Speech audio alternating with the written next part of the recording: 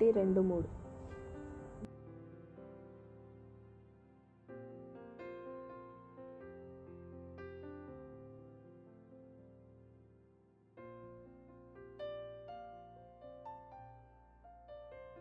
ఇదే హెబ్రీ పత్రిక 1వ అధ్యాయము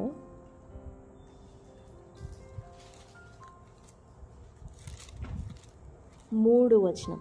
ఇందులో విశ్వాసము కనబడేడు పదార్థముల చేత నిర్మింపబడినది కాదు. 11:3. ప్రపంచములు దేవుని వాక్యము వలన నిర్మాణమైనవనియు అందును బట్టి దృశ్యమైనది కనబడేడు పదార్థములచే నిర్మింపబడలేదనియు విశ్వాసము చేత గ్రహించుకొనుచున్నాం. తన మహత్తు గల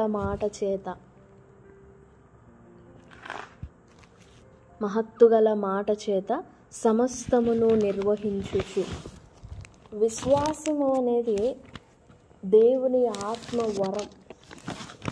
విశ్వాసం అనేది దేవుని ఆత్మవరం. ఈ 11వ అధ్యాయంలో ప్రతి వచనానికి విశ్వాసం యాడ్ అయి ఉంది.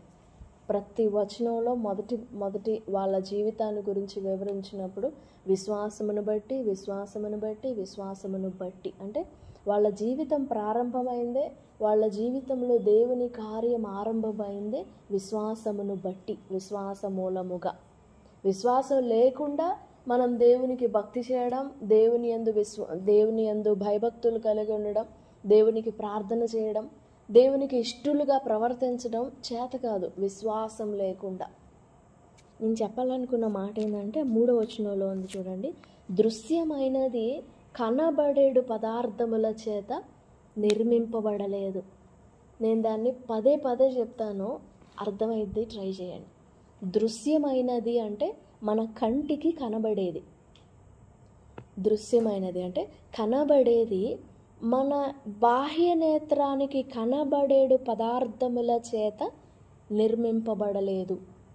దేవుని సృష్టిలో కొండలో పుట్టలో ఈ రాళ్ళు, పశువులు, పక్షులు, జలచరాలు, నీళ్లు, భూమి, పర్వతాలు, కొండలు ఇవన్నీ కూడా దేవుని సృష్టి. కలుగునుగాక అంటే కలిగినవి. దేవుడు ఈ సృష్టిని కలిగించినప్పుడు ఏం లేవు. భూమి సకల విధములైన వృక్షాలు పుట్టించుగాక అన్నాడు అంతే. మామిడి చెట్టు పుట్టింది ఆ మాటలో నుండి యాపిల్ చెట్టు పుట్టింది, ఆ మాట నుండి ద్రాక్ష చెట్టు పుట్టింది. ఒక్క మాట అన్నాడు అంతే. సకల రకరకములైన వివిధ రకములైన విత్తనాలు కూడా మళ్ళీ తర్వాత మన కోసం విత్తనాలు కూడా ఉండాలని, ఊరికే ఫలాలు పుట్టుగాక అనంటే పుట్టేయే, కానీ మళ్ళీ తర్వాత మనకు ఉపయోగంగా ఉండాలని విత్తనములిచ్చే చెట్లు భూమి మొలిపించుగాక అన్నాడు. గాల్లో నుండి పుట్టిన ఈ పక్షులు వాటికి ఎవరు పిల్లలు పెట్టలా, గుడ్లు పెట్టలా. జంతువులు కూడా అలా పుట్టినవే, మట్టిలో నుండి పుట్టినవి. ఆ సృష్టిని చూసినప్పుడు పదార్థాలు ఏమి లేకుండా ఒక మాట చేత, అదే హెబ్రీ 1వ అధ్యాయంలో చదువుతాం, తన మహత్తు గల మాట చేత సమస్తాన్ని నిర్వహిస్తూ ఉన్నాడు. మరి మన పట్ల దేవుడు కార్యాలు చెయ్యాలి అని అనుకున్నప్పుడు మనకి పదార్థాలు అవసరమైతే ఎందుకు? విశ్వాసానికి పదార్థము అక్కర్లేదు. అది విశ్వాసం యొక్క ప్యూరెస్ట్ ఫామ్ అన్నమాట. మనం దేవుని యొద్ద నుండి లేదా దేవుని నుండి ఏమైనా ఆశపడినప్పుడు, ప్రార్థించినప్పుడు, వేడుకున్నప్పుడు మన పరిస్థితులను బట్టి కాదు మనం అడగాల్సింది. మనకు అవసరమైన సపోర్టింగ్ క్యారెక్టర్స్ మనకు అవసరం లేదు. దేవుడు ఏదైనా సృష్టించాలనుకుంటే మట్టిలో నుండి మొలిపించిన దేవుడు మన కొరకు ఏ పరిస్థితుల్ని నిర్మించలేడా? మన కొరకు క్రియేట్ చేయలేడా దేవుడు? అదొక్కటి మనసులో పెట్టుకోండి. విశ్వాసం యొక్క ప్యూర్ స్వచ్ఛమైన ఫామ్ ఏంటి అంటే శూన్యంలో నుండి దేవుడు సృష్టిస్తాడు. శూన్యం, ఏమీ ఉండదు, గాలి, శూన్యం, దానిలో నుండి సృష్టిస్తాడు. విశ్వాసానికి పదార్థం అక్కర ఉండకూడదు.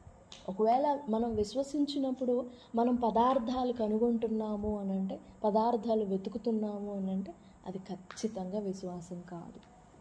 ఒకవేళ దేవుడు మనల్ని ప్రేమించి ఆ పదార్థముల మీద మన మనసు ఉందనుకో, ఆ పదార్థాలు కరిగిపోయేంత వరకు వెయిట్ చేసి అది మొత్తం అరగదీసి ఇప్పుడు చూడు నా వైపు అని ఆయన వైపు మన మనస్సును మళ్ళిస్తాడు.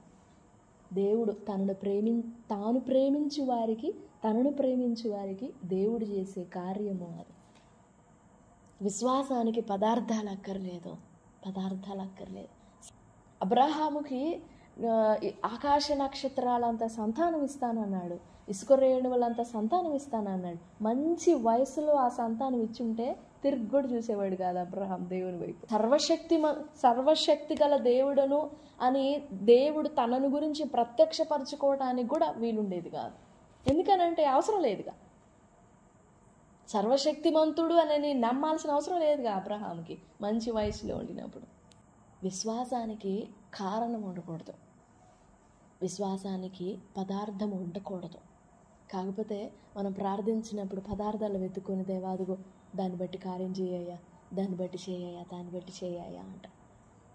దేవా ఇదిగో ఇంతవరకు చేసావు కదా, ఇక్కడి నుంచి కొనసాగించేయ్యా, దాని నుండి చేయి, ఏదో ఒక దాని నుండి కంటిన్యూషన్ అడుగుతాం మనం. కానీ దేవుని యందు విశ్వాసానికి దేవుడు సృష్టించగలడు, నిర్మించగలడు.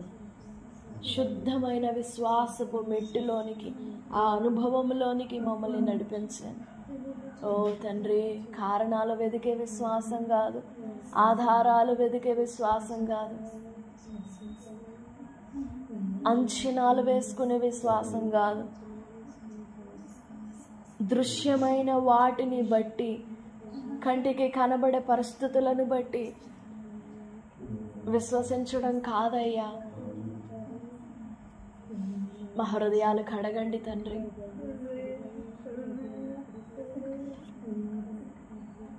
ఆ ఉన్నతమైన మెట్టులోనికి మమ్మల్ని నడిపించండి, మమ్మలను విమోచించండి ప్రభువా.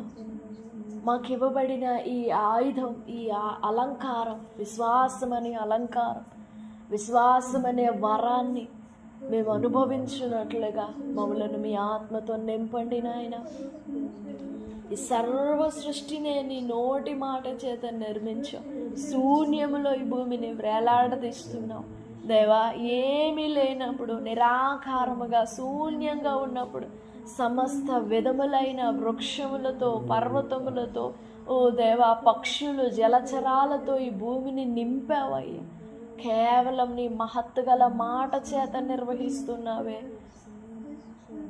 మా జీవితములను కూడా కేవలం నీ నోటి మాట చేత నిర్మిస్తావని, నీ నోటి మాట చేత నడిపిస్తావని, నోటి మాట చేత జరిగిస్తావని నమ్మకం, విశ్వాసం మాకు దయచేయండి అయ్యా.